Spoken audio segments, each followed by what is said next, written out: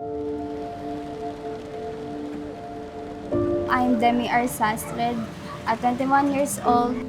Patingin ko, malaki yung natulong sa akin ng journey na to kasi minold ako nito eh. Ginawa ko nitong malakas. I have Hodgkin lymphoma, stage 3.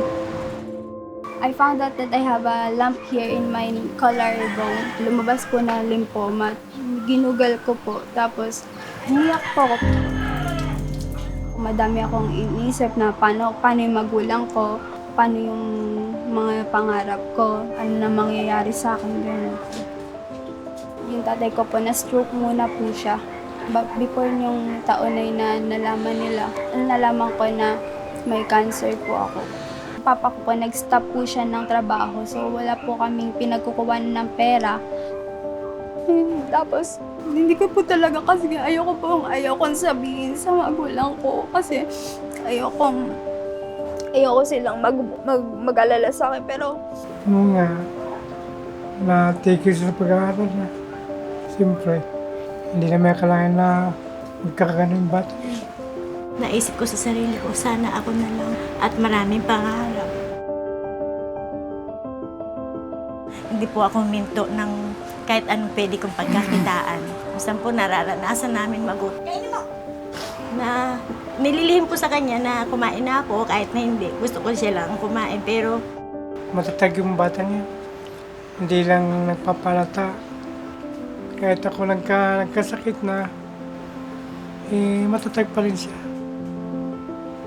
Hindi pa rin siya nagtalo sa ramdaman niya. Met nga po ni Demi na nasa ospital pa po siya is parang lagi lang po kaming on chat, on video call. May sakit siya.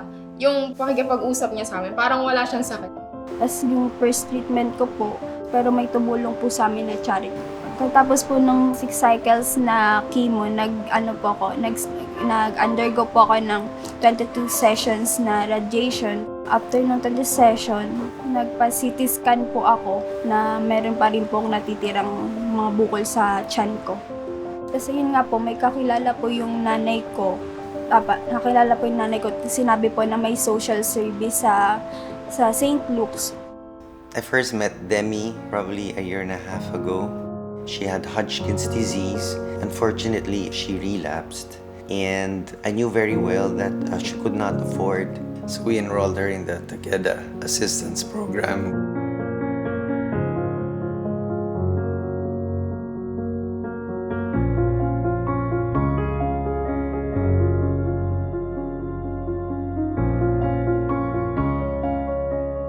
Out of the 16 cycles, she got 15 for free. We were able to get her through the whole treatment, from the relapse, put her back in remission, and take her to transplant.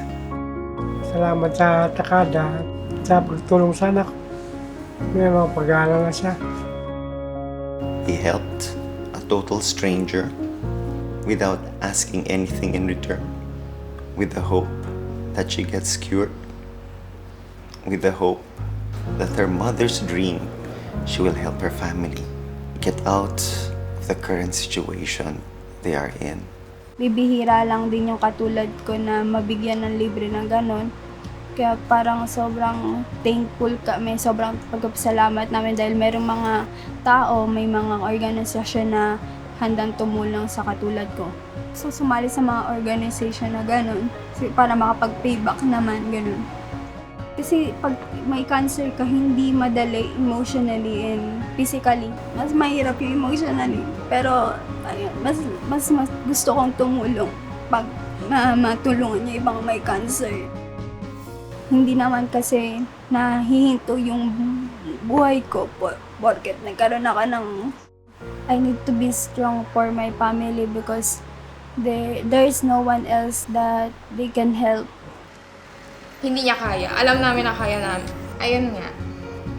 Tapos yung ngayon po na nakakasama na namin siya. Iba po talaga yung personal na nagkakasama kayo. Siya lagi yung nagpapasaya sa samahan namin. So brave! And lesson lang to and alam ko na may malaki pang mangyayari. Siguro pag may mga darating pa na challenges na mas mahirap at alam ko makakayanan ko yun.